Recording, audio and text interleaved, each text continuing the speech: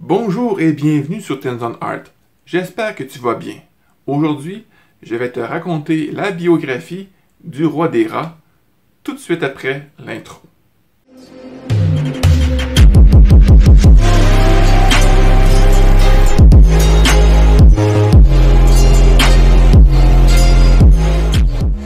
Tout commence lorsque le temps d'un membre du Panthéon, qui gouverne les rats, arrive à son terme. Un nouveau membre est choisi, un patient cicatrisé et vêtu de bandages se trouvant dans un hôpital, qui s'est avéré d'être un voleur. Devenu le roi des rats, il utilise ses pouvoirs pour amasser des richesses. À la recherche d'action, il a été attiré par Splinter en raison de ses prouesses spirituelles et métaphysiques. Il amène Splinter dans les couloirs du Panthéon pour s'engager dans la bataille. Les deux planent dans la brume, se tirant des explosions d'énergie. Bien plus habile dans la bataille astrale que son adversaire, Splinter dévie tous ses attaques, puis atteint une taille gigantesque, saisissant le roi des rats dans sa main. Il le regarde ensuite dans les yeux, à la recherche de la vérité derrière le pouvoir du roi des rats.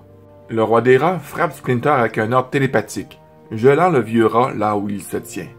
Avant qu'il ne puisse retourner sur Terre à ses activités moins que nobles, la reine des chats et le reste du Panthéon entourent le roi des rats. Ils disent qu'ils ne peuvent plus lui permettre d'utiliser ses pouvoirs pour le mal et qu'il est indigne dans son rôle. Avec le roi des rats vaincu, Splinter se voit proposer de prendre sa place dans le Panthéon, ce qu'il refuse.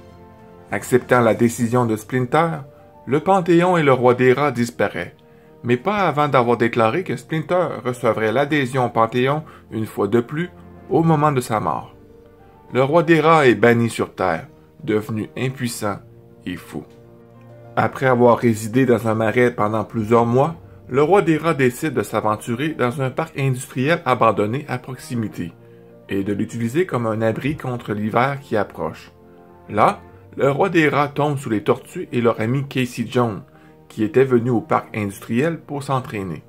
Croyant que les tortues et Casey sont des monstres qui souhaitent s'emparer de son territoire, le roi des rats continue de les traquer dans tout le parc, capturant même Michelangelo et le laissant être dévoré par les rats. Le roi des rats est finalement vaincu par Leonardo, qui, dans un duel avec le roi des rats, lui lance plusieurs shurikens, qui empalent le roi des rats et le déséquilibrent, l'envoyant plonger dans les entrailles d'un silo. Des années plus tard, Splinter tombe dans le même silo et se blesse à la jambe.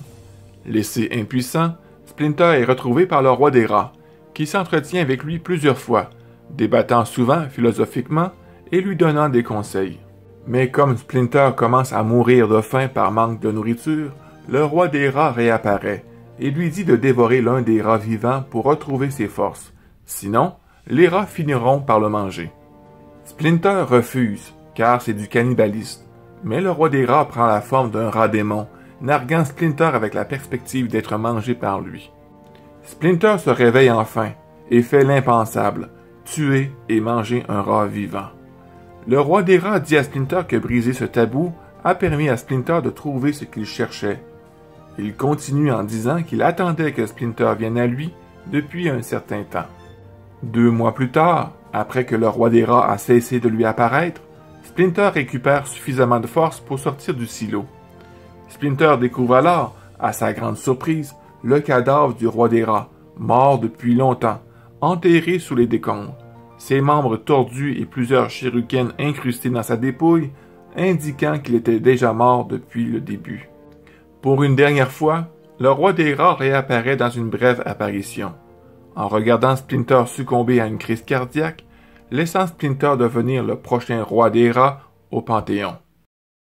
C'est tout pour la vidéo d'aujourd'hui. J'espère que tu as apprécié la biographie du roi des rats. Si oui, mets un beau pouce bleu, partage la publication, mets un beau commentaire si tu le désires, fais connaître la chaîne pour qu'elle puisse s'agrandir davantage, qu'on puisse réussir à toucher plus de fans possible. Si tu aimes les Tortues Ninja, bien c'est le temps de t'abonner parce que c'est ici que ça se passe, on n'a pas fini d'en parler. Et sur ce, mon ami, je te souhaite une bonne journée. Fais attention à toi parce que tu es important. Et on se voit à la prochaine vidéo. Bye bye.